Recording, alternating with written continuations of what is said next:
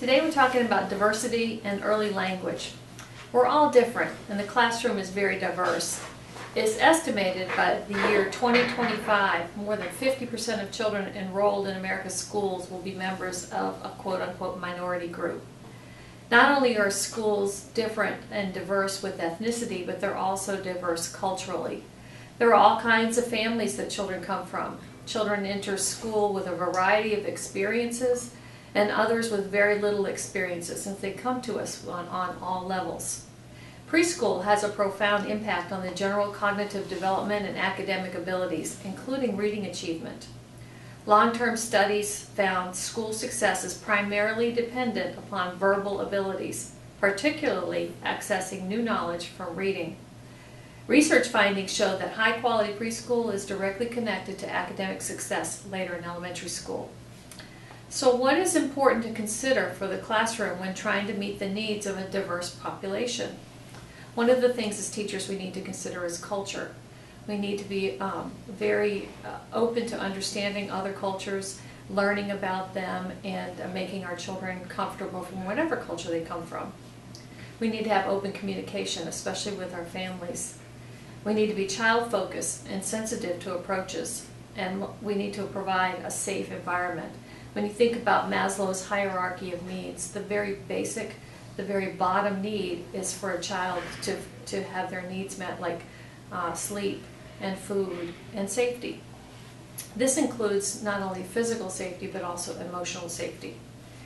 Language acquisition comes from being a part of a community, which allows children to have opportunities to both speak and listen. When we talk about English, we refer to English as the language that we primarily speak in America. We call it English, but there are several variations of that English. First of all, for academic purposes, we call it Standard English. This is the language of our schools and our textbooks. Its uses are advantageous and unifying because it brings together cultures within cultures and thereby minimizes our differences. It's something most children learn. However, in English we also have regional and geographical English, and we see that in different areas of the country, where in the South you have a Southern accent, in the Midwest there's a Midwest accent, in the Northeast there's a Northeast accent, and even within those regions people have their own terms and slang that they use. We see social and ethnic English. Some social groups speak certain ways, and some ethnic groups speak certain ways as well. When we're talking about language, we also need to look at the people in our country that don't speak English as a first language. There are two categories of second language learners. The first one is if a child is American born and raised but have parents whose main language is something other than English. And then those are the ones that immigrate here and they learn the language after being here. They're born with another language and they learn English after living here. Some helpful hints when working with a child that is learning to use English. Always assume that what they're saying is directly related to whatever is going on right now. Try to learn a few expressions in their language. Search for patterns that reoccur in their language. Make the most of what the child already knows and don't dwell on the details. Use scaffolding. That means start with something simple and try to move to something more complicated. Provide safe havens for the child, when the child can come in, places where they can go and where they don't have to speak. Talk about the here and now, and ensure inclusion for these children by making sure that they're invited to group time and that they get a chance to try to communicate. It requires about 4 to 6 years of language learning to become fluent. Some even say that it takes 6 to 8 years. Some languages have sounds that we don't make.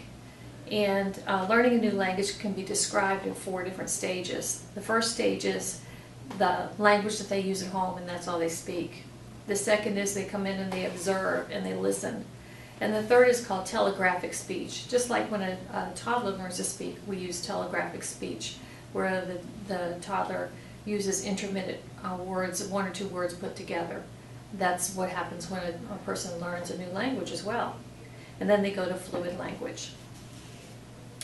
When we talk about acquiring language, we also need to talk about children that have special needs and how to recognize those children that have special needs, especially in the area of language. It's important to be aware of what constitutes the need for an additional assessment. Some children just don't speak right away, and you need to make sure that that's developmentally appropriate. But after observing and watching a child for a long time and they're not progressing in their speech, that's a sign that they should have further assessment. Sometimes if a child speaks excessively, that might be a sign. Or if a child refuses to answer questions, or they confuse similar sounding words. If they're unable to recall or tell stories, or if they just have a general poor recall, if they have poor pronunciation, if they have poor syntax and grammar, or they don't ever volunteer information. Sometimes children have difficulty in their language development because there's a hearing loss or a speech impediment.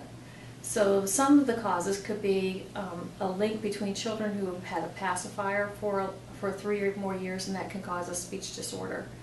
Bottle feeding prior to 9 months has been related to some speech disorders. Lack of stimulation, lack of need to talk, poor speech models, insecurity, anxiety, crisis, shyness, and lack of social confidence are all reasons that could be related to children's speech disorders. And then there's language delays. When we talk about language, we're referring to different parts. Language can be broken down into different parts. The first part is syntax, which is putting words together to create sentences, or semantics, which is using words and understanding their meaning, or morphology, which is using word endings and giving the language a context, or pragmatics, which is social language. So some reasons for language delay are the child is kept cooped up, cloistered. The child is overstressed. Expressive and receptive language difficulties can be articulation, they can be voice quality, it can be stuttering and cluttering, selective mutism.